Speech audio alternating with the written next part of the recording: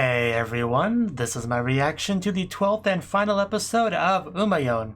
And last episode we had like a big old dramatic episode at like a cliff, you know, and eventually having someone just go off the edge to their death, supposedly, but not really. So that was quite exciting stuff. But I think what's much more exciting than that is the fact that we actually have season 2 of like proper Buma Musume announced, like it's actually going to be a thing in 2021, which is great. I mean, that's everything I could have hoped for. I still kind of in half disbelief on that that's even possible. Like, I'm sure it'll sink in eventually, but that's just some of the best news I could ever hope for in life, really. So, but for now, we are finishing off Umayon, which has been pretty fun in and of itself. So let's just jump on in and see how they decide to end off this very interesting little short chibi anime spin-off thing. So let's get into it. 3, 2, 1, cut.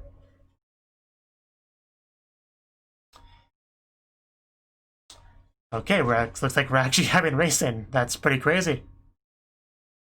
Obstacle course GI.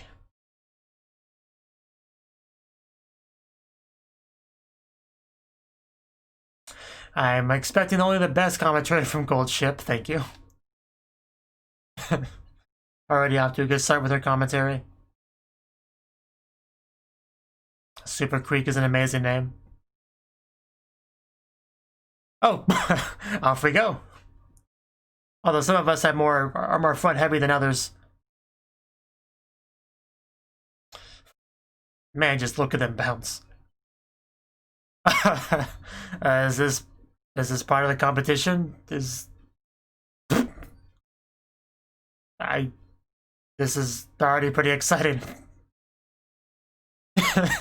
They just have to one by one show her.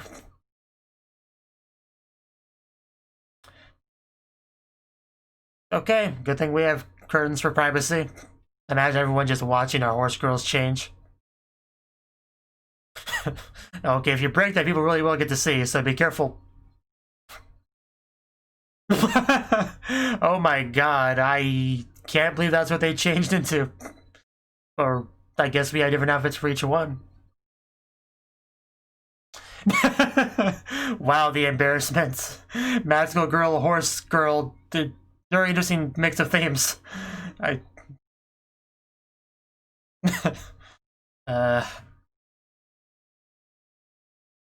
mean, it's basically like a school festival at this point.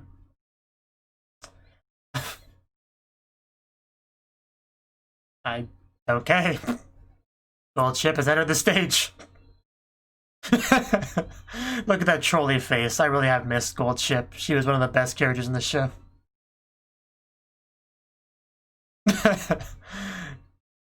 Not only was she the announcer, but she the one, I guess. I guess they're just not on her level.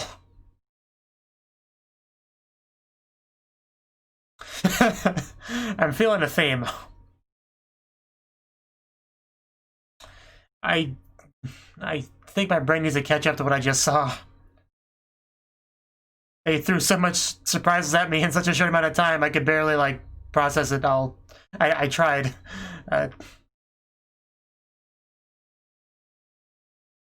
Oh wow, Gold Ship. Talk about stealing the show. I think she, like, redefined that concept of stealing the show, stealing the spotlight. But yeah, nobody's a match for Gold Ship. That was the main takeaway. Okay. That was a thing. That was the 12th and final episode of, I almost said Gold Ship, I really did, of Umayon. And okay, so this episode, we had a relay race, is that what they called it? It was a thing. Obstacle course, that's what I meant to say. Yeah, today's main race, the Gilded Vessel Obstacle Course, right? And we had Gold Ship as a commentator initially. Little did we know just how involved she would be. I mean, I knew as soon as we saw Gold Ship, she would not let us down. She would make this interesting. And she came through on that. So, who was our 3 contestants? We had, I remember Super Creek was one of them.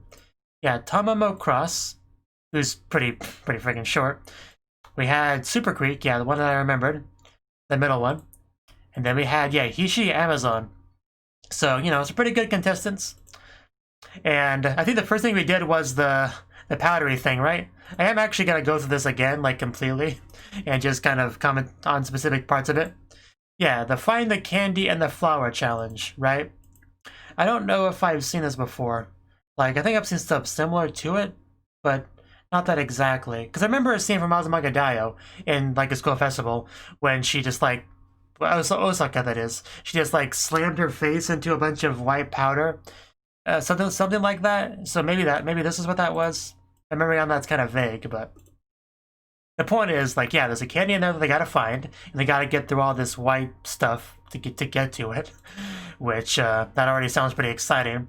And freaking Super Creek just like bouncing everywhere as she runs. It's amazing she can run very fast like that. And her method of trying to get to it was definitely interesting. Just kind of putting that hair back, and we got the blush, and we got the gentle blowing. I mean, if I was that candy, I would be pretty happy with my position right now. His job, his employment, you know.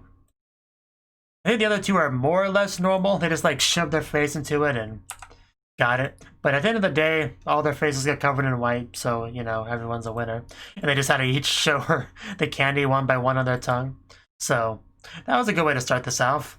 And our second event was the changing one, right? Yeah, I wasn't quite sure what they were going to change into. Really? Like, I don't think anybody could have truly guessed what would come out of the other side. But the first thing we got was elementary school outfit cosplay, which, you know, if it made sense, it finally made sense why they had someone so short join this, because she can pull off the cosplay the best. And she looks quite embarrassed. She even has like a Tama little name tag, you know, it's got the little protective helmet and everything. She didn't have like a Rondo Seru, you know, red backpack, which is a bit disappointing. But other than that, it was hilarious. It was great. For a second I thought they were all going to wear that, but, you know, in hindsight, that was kind of silly. You know, they each got their own unique outfit, which keeps things much more interesting. The second one was Super Creek, who was like a, how do they describe it? Yeah, young housewife. She even had like a leek sticking out of the back, you know, had like an apron, of which, of course, has a carrot on it. And I was kind of surprised a carrot wasn't sticking out of the bag. That would have made sense for this show, at least. And then we had our third cosplay, which I don't want to say it's the best one. It's pretty close with Tama, but she is straight up a magical girl. Like, this show already was a pretty interesting mix of themes, because we had girls who were horses on top of being idols, with the idol thing being connected to the racehorses somehow. And we combined all those themes on top of a magical girl. That's just such a ridiculous combination of themes that it's kind of amazing, really. But really the best thing about it by far was just the sheer amount of embarrassment on her face.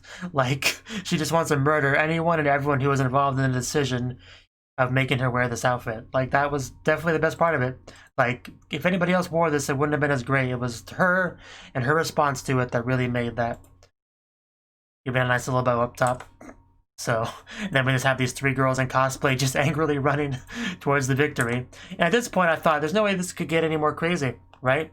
But then we got to the whole scavenger hunt part, right? But they all got like the same thing. Although I think they technically were, I mean, it was all the same person, but it was written differently. Like, we had Gorushi-chan, we had Gorushi-sama, and Gorudo-shippu, you know? So it's all the same person, just slightly written differently, as if that will fool people. And then we just see Gold Chip standing proud on the field, being like, looking for me? I guess you are. So, and she just looks so confident as she's standing there, just knowing she is the expert troll that she is, and just blowing this whole thing into just such a ridiculous direction. And then everyone just rushes towards her.